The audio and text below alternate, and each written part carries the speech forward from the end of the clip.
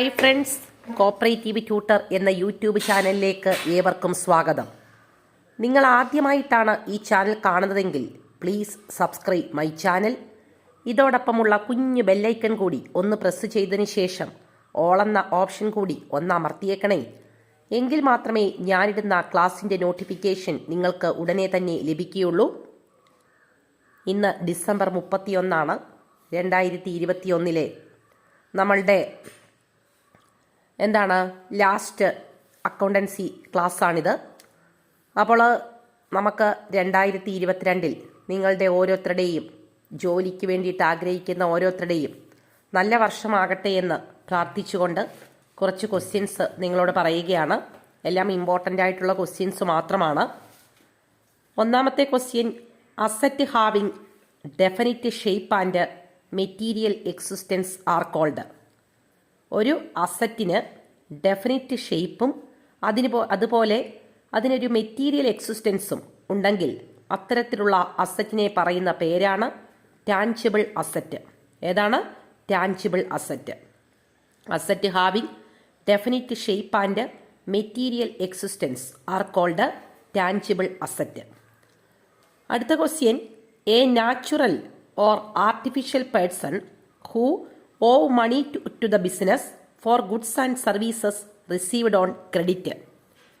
നാച്ചുറലായിട്ടോ ആർട്ടിഫിഷ്യലായിട്ടോ ഉള്ള പേഴ്സൺ ബിസിനസ്സിൽ നിന്നും ഗുഡ്സോ സർവീസസോ കടമായിട്ട് സ്വീകരിച്ചു കഴിഞ്ഞാൽ ആ വ്യക്തിയെ വിളിക്കുന്ന പേരെന്താണ്? ആ വ്യക്തിയാണ് ഡെറ്റർ. ആരാണ്? ഡെപ്റ്റർ എന്ന് പറയുന്നത്. A natural or artificial person who owe money to the business for goods and services received on credit. അടുത്ത question, an accountant should be prudent while preparing financial statement and should provide for all possible losses the principle is. അതായത് എല്ലാ തരത്തിലും സംഭവിക്കാൻ സാധ്യതയുള്ള losses മുഴുവൻ എഴുതി തള്ളിയതിന് ശേഷം മാത്രമേ ഈ പറഞ്ഞ അക്കൗണ്ടന്റ് ഫിനാൻഷ്യൽ സ്റ്റേറ്റ്മെന്റ് പ്രിപ്പയർ ചെയ്യാവൂ എന്നൊരു പ്രിൻസിപ്പിൾ അക്കൗണ്ടൻസിയിലുണ്ട്. ആ പ്രിൻസിപ്പിൾസിനെ പറയുന്ന പേരാണ് പ്രിൻസിപ്പിൾ ഓഫ് കൺസർവേറ്റിസം. ഏതാണ്? Principle of conservatism. അടുത്ത question, the expense which should not be debited which should not be credited to a trading account.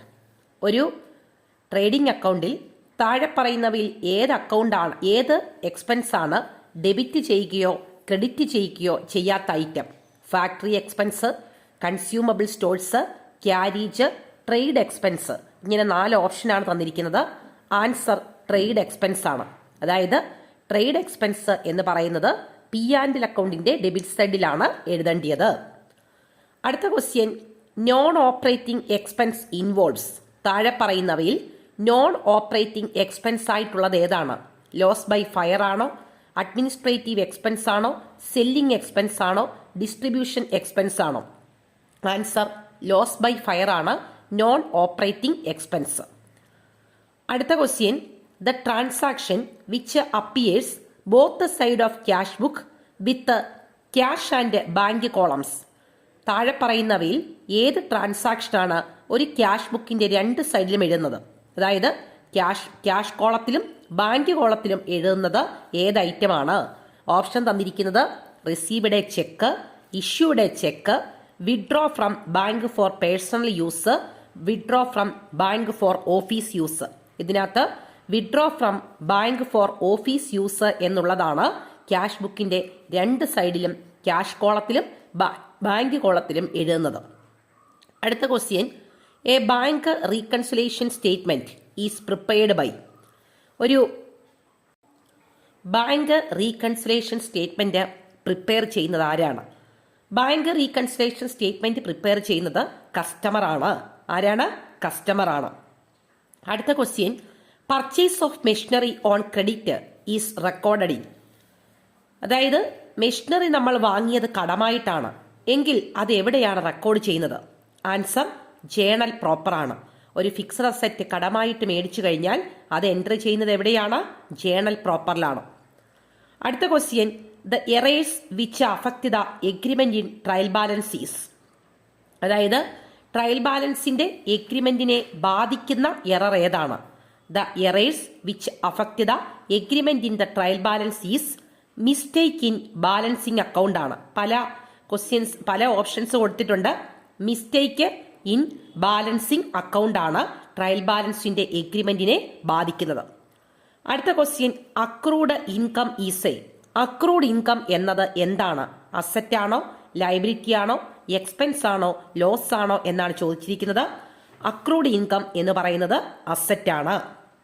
അടുത്ത question, prepaid expenses account in the nature of. Prepaid expense account എന്ന് പറയുന്നത് അതിന്റെ nature എന്താണ്?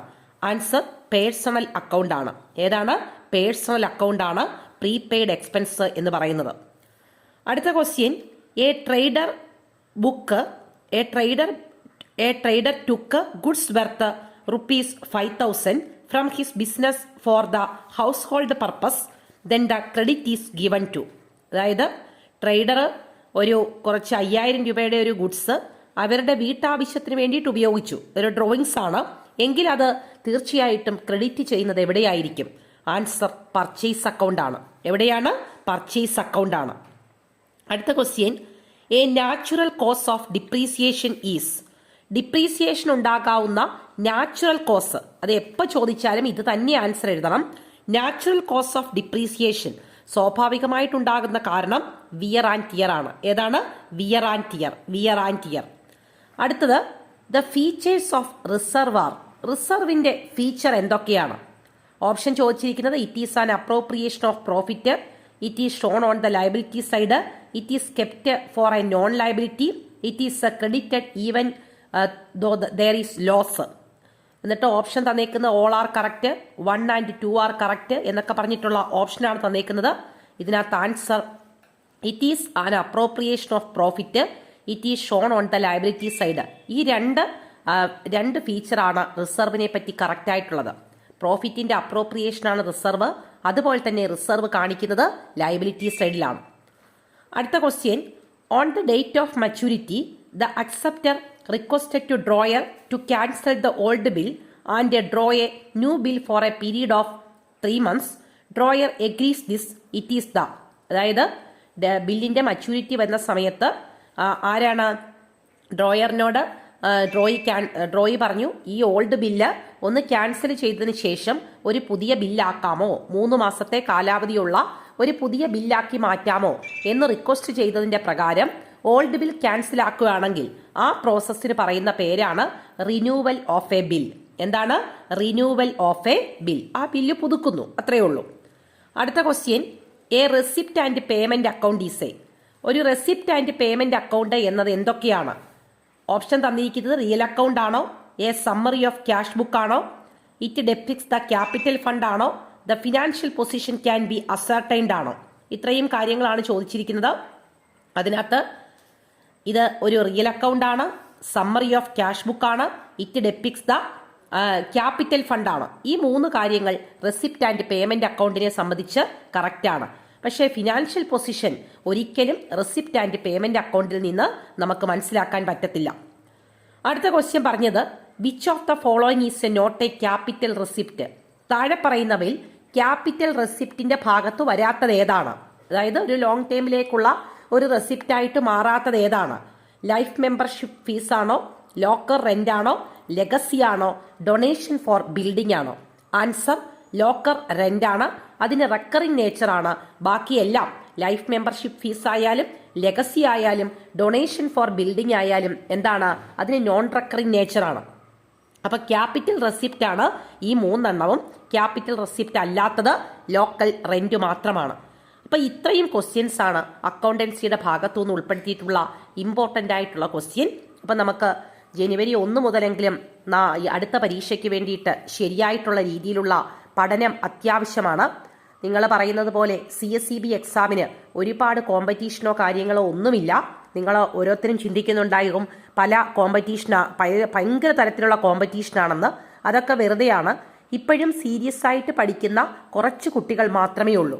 ആ serious ആയിട്ട് പഠിക്കുന്ന കുട്ടികളിൽ ഉൾപ്പെടുന്ന എല്ലാവർക്കും തീർച്ചയായിട്ടും CSEB എക്സാം എഴുതി ക്ലിയർ ചെയ്യാൻ വളരെ എളുപ്പവുമാണ്.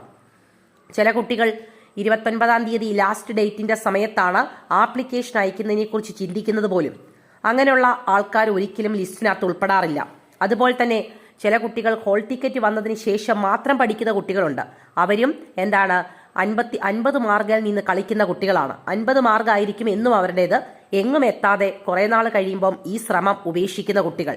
അടുത്തത് പരീക്ഷ എടുക്കുന്നതിന് 1 മാസം മുമ്പ് എന്തെങ്കിലും ഒന്ന് നോക്കിയേക്കാം എന്ന് വിചാരിക്കുന്ന ഒരു കൂട്ടം ആൾക്കാരുണ്ട്.